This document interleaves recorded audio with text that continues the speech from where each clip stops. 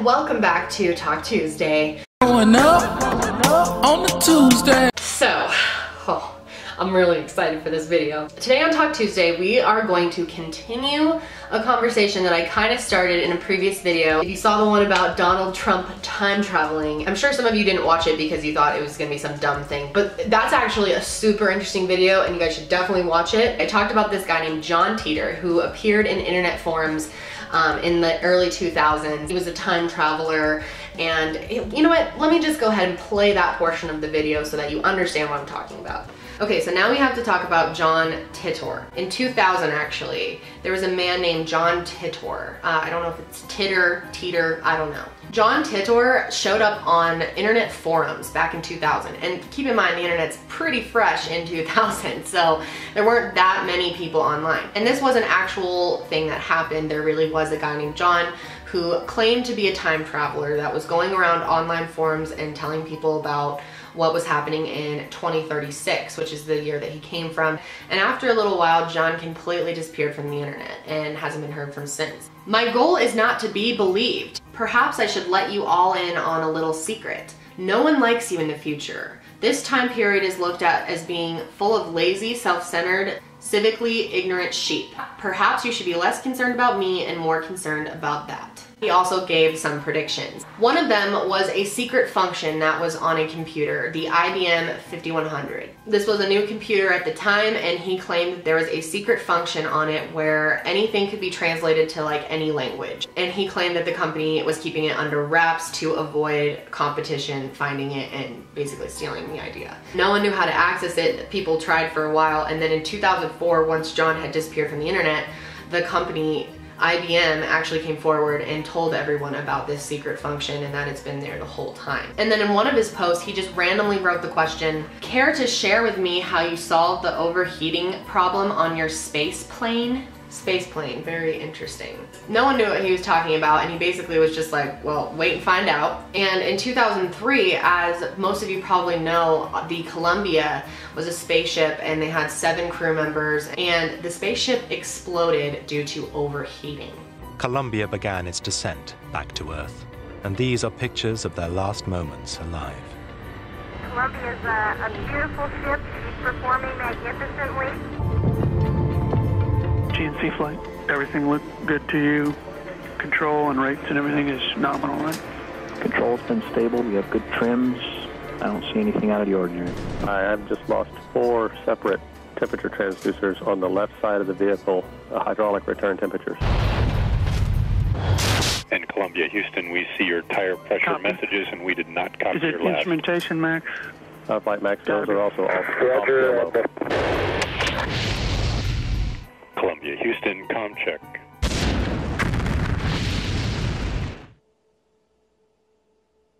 Columbia, Houston, UHF, comm check. Columbia, Houston, UHF, comm check.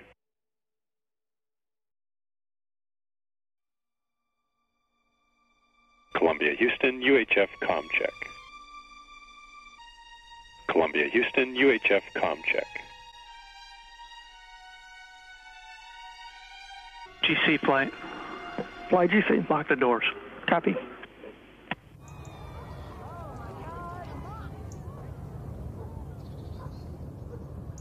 So a lot of people think that John actually knew about that and was hinting that that was going to happen. Now in that video, I was getting at the theory that maybe John Titor is Donald Trump. Now that I know what I know, I don't think John Titor has anything to do with Donald Trump. This is one of those videos where I don't have 100% proof to show you guys. This is going to really require some open-minded thinking. As we go into a video like this, I just want to remind you guys of my favorite Steve Jobs quote, which I put everywhere, and that is that everything around you that you call life was made up by people that were no smarter than you.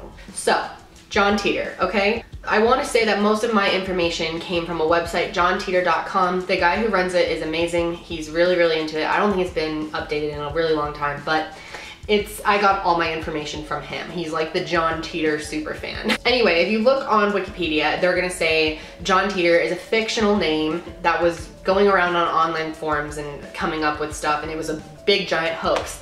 And I'm going to tell you why I think it may not be a hoax. Also, keep in mind that I am not a scientist. These concepts literally are blowing my mind. So John Titor first popped up in the 2000s, in November of 2000, and he came up a couple different times on online forums. Now, this is way before, this is before Wi-Fi, before wireless internet. This is just, you know, pretty basic level stuff. So there were these little forums. This guy appeared on them and started under the name John Titor. Actually, he had some other username too, like Time Traveler or something. And he started showing up in November of 2000. He also posted December 2000. And then in 2001, he came back and posted it in January, February, and March. John Titor said that he came from a military group on a mission to go to 1975 to deal with that computer that I mentioned in the last video. That basically, shit hit the fan pretty hard in his lifetime. According to him, in 2036, everyone's recovering from a war, and I'm gonna get into that more later. But he said that he was a soldier during that war, and then he ended up being a soldier doing these time traveling missions. Apparently we figured out time traveling by then. Now I want you guys to keep in mind, I don't know if this is true. I am still just as like mind blown by it and confused, but I definitely can't commit fully to this one. I can't say this is real. But something about this is just, it's very, very interesting. According to him, in time travel, you can take things with you. And I know right now, I know so many of you guys are like, come on, Kendall, why do you believe this? But there's like some real science to back this up. It's very interesting. When I just watch the whole thing, give this video a chance, that's all I ask. But that was his original mission, was to go back to 1975 because his grandfather, according to him, worked with those computers. And basically, after this big war happened, we lost a lot of our communication systems and computers and stuff like that, and we needed this old function on the computer that allowed basically to talk in different languages, different computer languages. It was really versatile for the time, and it was portable. And back then, like I said in the last video, no one knew that it had those things. And so John said, I was getting it because of these reasons, which I bet none of you even know about. And then, you know, IBM comes forward later and says, yeah, that was actually all real. So that's when you have to start like, that's so specific.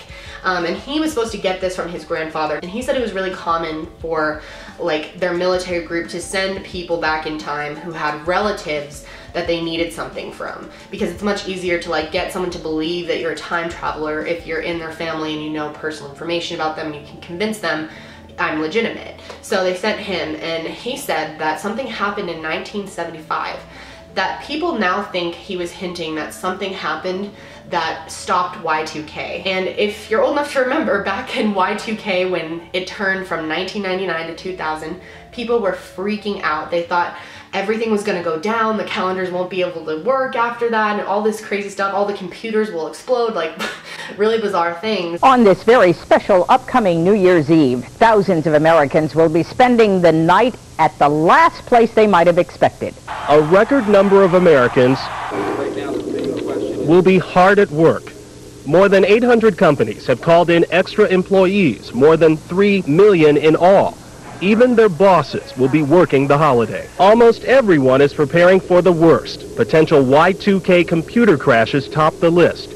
In Jersey City, 400 bankers will be ready to take calls from investors. ABC 2000 continues live from around the world. Once again from New York, Peter Jennings. Welcome back to our Millennium coverage. For those people who are anxious about flying, may still want to fly around the new year, want to go to Washington, to FAA headquarters, where our Lisa Stark is standing by. Lisa, what's the state of aviation today? Peter, we're at the command center, the NERS Center for the Federal Aviation Administration, where they are tracking, as you can see behind me, all those white dots on the map there. They are tracking over 3,000 planes here in the United States. Now, we just talked to the gentleman here who is responsible for international aviation. As you know, all throughout the day, you've been going to these countries which have already reached the next century, and he is telling us that they have absolutely no problems reported anywhere. No problems with airports, no problems with airplanes, no problems with air traffic control systems. So right now, everything looks very, very good from their standpoint all across the world. So many people were worried about Russia, and they were particularly worried about the Ukraine. Did nothing happen untoward at all? Well, not that we know of. At the moment, everything looks fine in Ukraine, as far as we know. Of course, there's been tremendous planning for Y2K throughout the world. No significant problems are being reported from areas that have already entered the new year.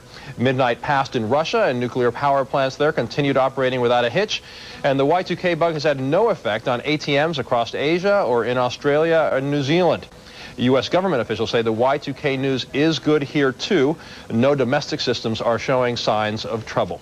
And people that believe in John Titor think that he changed something in 1975 that stopped Y2K from happening. And that because of whatever happened in 1975, he had to make an unplanned stop in 2000. He said that was not part of his mission, but he went there, and it's crazy. He claims that he...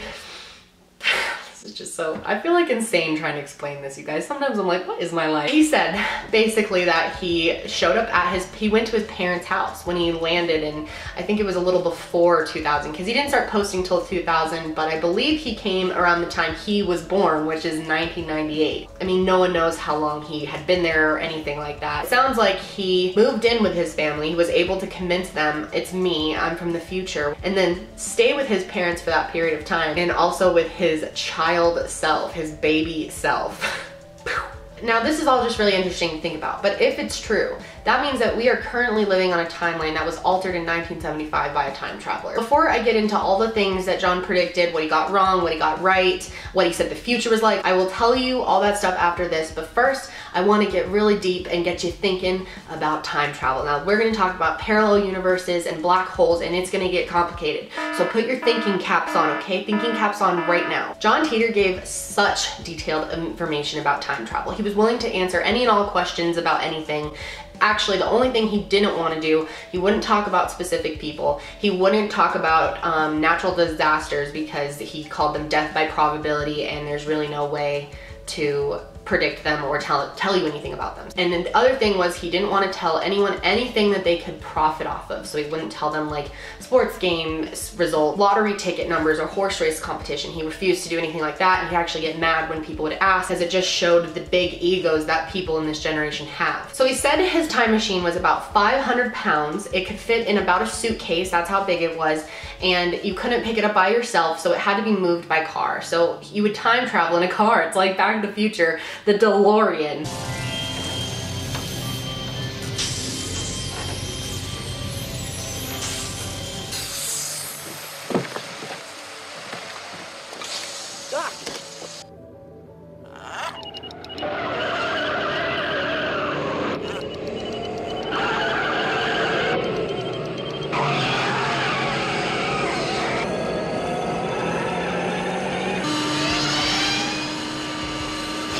Watch this.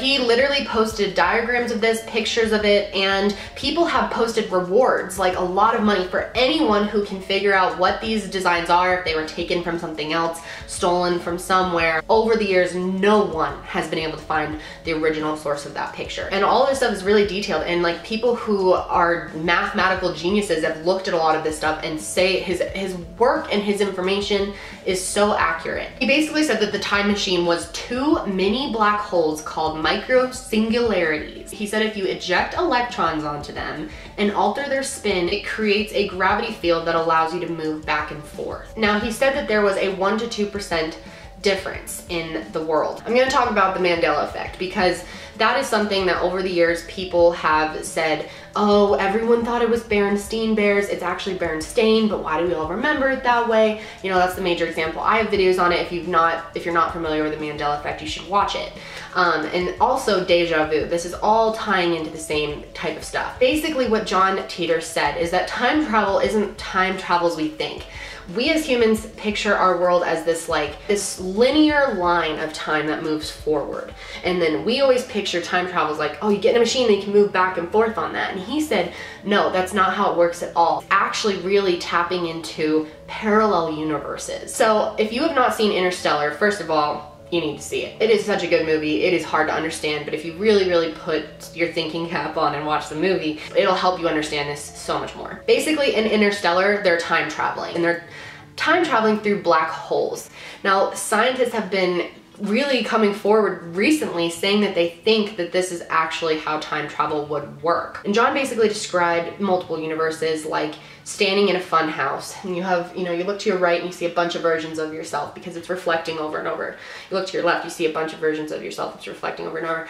And those are all different universes. When you time travel, yourself, when you walk forward, your other selves walk forward into another time as well. It's impossible to get back to the original timeline that you were on. So if you time travel, you're always gonna end up in one that might be slightly different. Slight differences such as Berenstain Bears, little tiny things, about advertising or TV shows, little things that we remember that some of us remember and others don't. Is it possible we're connecting with our other selves that are in parallel universes on just odd things and we don't know why? Is that what deja vu is? So if you time traveled, even though you probably wouldn't make it back to your original timeline that you're traveling from, your original universe, one of the versions of you will, so that you're always there. Really, really hard to understand. I mean, I'm not even close. I'm just trying to explain this to you guys as best as I can, but if you have seen Interstellar, it really helps because it really talks about space and time continuum. And what's also really interesting, John Titor really said that UFOs, what we're seeing as UFOs and stuff, are actually time travelers from future generations. So maybe they aren't aliens. Maybe space is just a giant network of time travel. John Titor said that his machine only worked about 60 years. You can't go too far back or else things will change. And that 1 to 2% difference will be for the 60 years. But if you were to go past 60 years, it'd be a larger percentage of difference of things that would be different slightly. Now, if that didn't blow your mind, this is really interesting too. So there's a company called CERN here in America, and they're not a super popular company because they keep a pretty low profile actually. John said that soon CERN is going to make the first artificial mini black holes, micro black holes, this whole ability to travel through time without getting crushed by gravity. That CERN was going to develop that, start developing. And it turns out that that is true. Look it up. They are already doing this stuff. It doesn't get reported on. So John said that he wasn't really time traveling as much as he was just going into a different universe, and you're able to enter at whatever time in that universe you want to. Now, whoever this John guy was, very smart. He had a total understanding of physics, and he could draw up these things. He was willing to answer any questions, and the whole miniature black hole thing is not the only thing that's weird. He predicted that, he said it exactly, that Stephen Hawking would come forward and admit the biggest mistake of his career was he was completely wrong about how black holes worked. And people are like, yeah, right, he's not gonna say that. He did. He came forward and said, I completely had it wrong about black holes. And what's really interesting is a lot of the things that John is talking about in these forums, now scientists are coming forward and like backing up a lot of what he's saying. Not, not referring to him, but a lot of the things John was saying back then that seemed like crazy and so futuristic is now just like our science. Now, it's really weird. The family has a legitimate lawyer. They used to live in Florida with him. He said he lived in Florida. He said he in fact grew up there, and he eventually was in the military, and then he came back to visit his family in Florida, but eventually his family moves to Nebraska, and they have a real lawyer. His name is Larry Haber. He's a Florida entertainment lawyer, and he actually represents them. You cannot find any information on them. It's completely hidden for their protection. The lawyer is totally legit too. There's a video of him. I'll play it towards the end. But here, it literally has this P.O. box if you have questions. But the mom released kind of this letter explaining that a lot of the posts that were made by different versions of John. And that John, there's multiple Johns time traveling around, and they were making these posts on these internet forums for other versions of themselves to see in case they needed the information or were having trouble getting back. So before we get into like his internet posts and everything, which by the way, if you want to see all of the John Titor posts organized, go to johntitor.com. They have like a whole thing where you can look at all the posts. It like breaks it up by month. In 2001, I don't know how many of you guys know of Art Bell, and he had a show that was kind of on just kind of topics I do, honestly, and they got a fax from John Titor in the past. No one knows, it could be a joke, right? But he was faxed by someone, and the fax said, in my future, there's a tower in New York. Where is it? There's a big skyscraper, where is it? And this was before September 11th happened, that this was read on Art Bell's show. And it turns out, later that year, 9/11 happens and the Twin Towers fall. That is a pretty big coincidence, if I do say so myself. So when he would talk about the future and what's to come for people, and this is back in 2000, 2001, where he's responding to comments, he was like very chatty with people. He pretty much said that there were going to be something that he called internet nodes, which is basically wireless internet as we know it today. Because back then you had to be connected to a modem to access the internet. Now you can pull it up on your phone, like anywhere.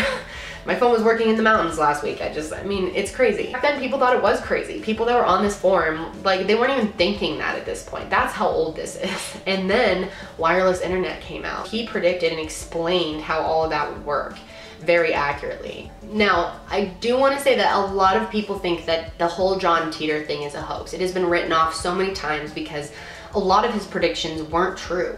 So I am coming from a place of complete, I don't fucking know, but I certainly don't think you can rule it out. Now, the biggest thing that John Titor predicted that most people completely discredit him for, and I'm not sure what I think, you know, it is hard because he was pretty wrong on the dates of this, so it's hard to say, you know, try to keep a healthy amount of skepticism with this, but he said that there would be a civil war kind of starting around 2005. He said that back around 2005 it's just going to be conflict between people, pretty much what's going around right now, that we are pretty divided as a country and people are angry, whatever. He said eventually in like around 2010 people would start shooting each other on the streets, and by 2013 there would be a full-out world war. Pretty crazy. Now you might need a monk. If you get like serious anxiety about this kind of stuff, I honestly suggest not even watching this because you're just gonna get yourself freaked out. But if you want to know, continue watching. Trying to settle down before I talk about this. You might want to get yourself a monk. There's a 10% off code for monk in the description box. But anyway, he basically said that there would be a civil war. And keep in mind, he said there's a 1 to 2% difference. On a grand scale of like eternity, a 1 to 2% difference is a huge difference. It's possible he was just really early on these predictions for our current timeline. Maybe it happens in different times in all different timelines, you know? It's very possible that that was the difference with him, that maybe something happened that delayed all of this and this is coming, because now it feels like we're sort of at the beginning of something like this, maybe. And I don't want to freak you out because again, this could all just be made up. I just want people to open their mind about it. He basically said that it would be like civil war. Now, I don't know if this is supposed to be civil war between like the right and the left, between races maybe? Is it civil war between like us, the people, and the government? It kind of sounds like from what he's talking about that that's really what he meant. But he said there's some type of civil war in the United States and it basically fucks up the rest of the world. That the rest of the world, the West, Europe, all becomes unstable because of the conflict going on in the United States. That it launches a full World War III, and it's a nuclear war. Now, what I thought was interesting, he said that if we had nuclear war, it would be with Russia and China, which makes complete sense.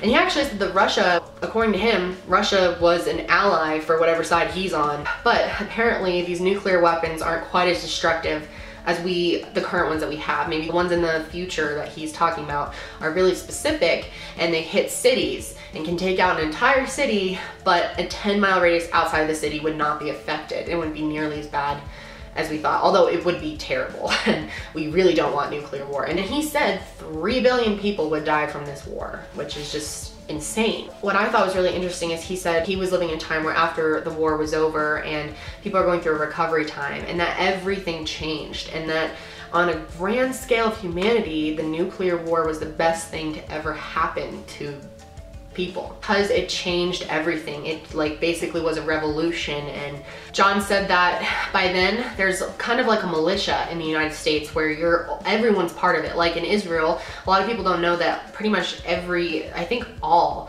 Israeli citizens, unless they have some type of, you know, some reason to get out of this, but most of them have to serve some time in the military, even women. If you know Ela Klein here on YouTube, I'm a big fan of H3H3. Ela was in the military. He basically was saying it's something like that, where everyone is part of it at some point in their life. It makes me wonder, if this is true, are my future kids gonna be like forced to fight in some type of militia? I think it's really interesting that right now, civil war, like it's like one of the most Googled things, and it makes like our current climate, I could see how it could end up in a civil war. So these things that made no sense in the 2000s make a lot of sense now. but are they true? Because he was really off in the dates. We're here in 2017 and nothing has happened yet. So you have to remember that. And he said that pretty much every nation got involved in this war, except for really South America sort of stayed out of it, but everyone eventually was kind of part of it. And it's really interesting, even Australia was attacked by China, according to him. And he also said that China ends up annexing both of the Koreas and Japan. So I don't know, with the instability over in the Koreas, that makes a lot more sense now too. He basically was saying that Russia started the World War III by bombing cities in the United States against the government, the US government, and John was on the other side of that. Makes me think the US government and control, you know, maybe people get more and more woke over the years, and government versus the people, and that Russia steps in to help the people. That makes sense. That's basically what he said. People would ask about global warming and he would say that the ice caps aren't melting any faster than they're currently melting now. Another thing he talked a lot about was mad cow disease, which never really became like a big issue. But it is really interesting to note there are scientific studies, and I don't know how much progress they've made with this type of stuff, but there are scientists who believe mad cow disease, or basically beef poisoning, could be some of the diseases that we have now that we call other things and we don't know is necessarily mad cow disease, one of them being Alzheimer's. So really interesting stuff to think about. So he said in the future pretty much everything was decentralized. Money, he said there's still money, credit cards, banks, everything, but there's not like a Federal Reserve controlling everything. He said music, people go away from electronic music, because I always thought in the future it'd be more electronic, but he says that it would actually be less and people would be using instruments and using it as more of a community healer. He said in 2036 we would have better health care, that it would be a lot more like the Western countries now. The only thing he said was different is that you would have a lot more house calls and home doctors than we're used to. Another really interesting thing is he said that mass media is going to kind of go down the shitter. And I see that happening. I mean, I think more and more people are realizing that mainstream news is barely talking about the fires in California, for instance, or a ton of other things that are going on that they don't report on. They give us a BS version of everything, and I think a lot of people are waking up and seeing that. Like, literally, hosts on MSNBC and CNN and Fox News, all of them are caught constantly cutting people off when they start telling truths. Like, there's video clips, you can Google it, guys. I didn't want to believe it for a long time because I used to be a CNN addict. There's so much more information in other places and other sources. John basically says in the future we figure out that mass media and everything that we have is like a bunch of BS. Now we really turn to online creators. And remember, this is in 2000 that he was saying this. He was saying that in the future, people will be uploading their own entertainment onto the internet, and that will become the main source of news, entertainment. It'll dominate over mass media. And now we see this happening, guys. This was way before YouTube existed. YouTube, I think, came around in 2005 or 2006. So this is way before then that someone knew this. How back then could you have any idea what a content creator on YouTube would be, or an influencer? I mean, my job did not exist when I was a kid. Hell, my job didn't even exist really when I was in high school. The world has changed a lot, and it's really, a lot of it's really lining up with what he said. I mean, when you think about Russia and China, those are our major like sources of conflict, other than Korea, but I mean, he said that those become part of China. If Donald Trump really is John Titor, which I don't as much believe now, it is interesting to think about though. He's really close, he's all buddy-buddy with Vladimir Putin, and reporters are literally like, why are they so close? Why are you acting like they're friends? Like, what is this? Maybe it's because he knows that in the future, Russians like basically save our ass. Whoever this John Titor person is had a very woke mind, a very understanding mind, if they were not in fact just a time traveler. So I don't know.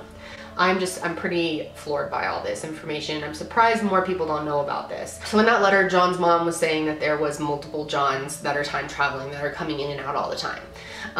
And it's really interesting to think about, because recently I was sent by a subscriber, and I know this is a sensitive topic and I don't normally tread into this area because it's very hard for me. I've been personally connected to shootings before, so it's hard for me to ever really talk about these things on YouTube as much as I want to. I just have so many feelings. A subscriber sent this to me.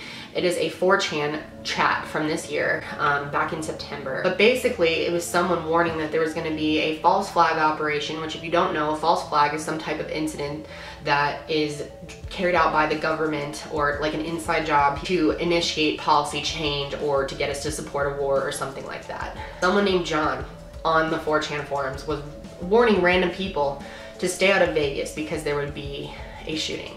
Whoever this was predicted that that was going to happen. Warned people it's coming soon. He actually warned that it was coming sooner than it actually was, but if you think about time travel, there's that 1% to 2% difference. They just warned people that this was going to happen in Las Vegas, which is just so crazy. Now, what a ton of people don't know about the Las Vegas shooting is that there was a girl that was interviewed by a local news media station. She was at the concert that night, and she said, I'll just play the clip. Anna, you were here for your 21st birthday. Yes, that's correct. Tell me a little bit about what you saw, what you heard. We went back up to the room, and as soon as we reached the room from the concert venue, we just heard constant shootings. At first we thought it was fireworks, but then it was shooting. And then somebody said something to you to tell me about that experience. Yeah, so there was a lady who pushed her way forward into the concert venue, into the first row, and she started messing with another lady and told us that we were all gonna die tonight. Do you know why she was saying that? I mean, was this after the shots were fired, or? It was about 45 minutes before the shots were actually fired, but then she was escorted out by security. How does that make you feel? I mean, it makes me feel uncomfortable. And a ton of other people have like backed up her statement saying that this did happen. So it's just food for thought. I don't know, it could all be a bunch of BS. In fact, there's a ton of people that think that Larry Haber, that represents John Titor's family, is actually John Titor himself. And he has a brother who is a computer scientist. And people think that the two of them like teamed up and did this. This stuff is way beyond computer scientist skill. I know that sounds like a really, you know, whoever a computer scientist is must be brilliant, and yes, they're smart, but they are not smart enough to understand these complex physics that he was talking about. So I find it pretty unlikely that these guys just made all of this up and were accurate about some of it. Yes, a lot of it's inaccurate, but that could be because of time travel changes that have happened since then. It could have been different events. It could have been that 1% to 2% difference. A lot of people think it was Larry Haber. And I want you guys to watch this video of him talking about how he had no idea that people thought it was him. I've been asked about my son's involvement. I was recently interviewed in a Hustler article, and I've got a copy of it here. For the most part, when I got hired, I didn't take much credence in what was happening. I figured I'd get paid as I do for a lot of clients. And then my son, who's 19 years old, his name is Brendan, is now a student at the University of Central Florida, and a computer geek, spends a lot of time on the net and started going through the sites and so on, and said, Dad, you won't believe what's going on out there. And so he started showing me some of the sites, and that's how I've kept up with what's going on, really. I spent a lot of time on the computer, but most of my time is spent answering emails and doing the contract work that I do normally. He's told me that people have investigated where I live, where I work. For the record, right now, my offices are now here in downtown Orlando on the 14th floor of the Wachovia Bank building. So for anybody seeing this, please stop going to look in celebration. I have a small office there, but physically I'm here. Apparently people have taken pictures of the office I used to occupy, which has kind of annoyed the people that I used to work with over there. So that I can't believe how far this thing has gotten. He's told me that some folks have researched his activities when he was in high school. He did speech and debate. There's a whole thread about what days he was in different cities and speech and debate tournaments, and so they tried to tie whether or not he could have been the poster. One of the things that was written up in the Hustler interview was the fact that maybe he is the John Titor himself perpetrating the hoax. As far as I know, no. I wouldn't put it past my son to do anything, but I don't think so. I think that it's just a coincidence at this point that some of the things that he's done coincide with some of the postings that have been out there. This video is already probably super long, so I've got to stop it, but there is so much more on John Titor out there, and if you're interested in this topic and you're interested in time travel, look into it, because there are other examples of time travelers. There's so much out there that I didn't even know was there. And I feel like I'm opening a whole new world for myself by looking into all of this. But that's it for me today, guys. If you want more time travel videos, please hit the thumbs up. If you want to support this channel, go check out my merch. I just launched brand new merch. It's super, super cool, and it helps me because YouTube has been demonetizing this shit out of me lately. So if you guys support the work that I do here and you want to treat yourself to a cool item, maybe for Christmas or whatever, there's a link to that below, and I really appreciate it. So anyway, that's it for me today, guys. I hope you're having a good one, and I'll see you next time. Bye. And that is, everything around you that you call life was made up by people that were no smarter than you.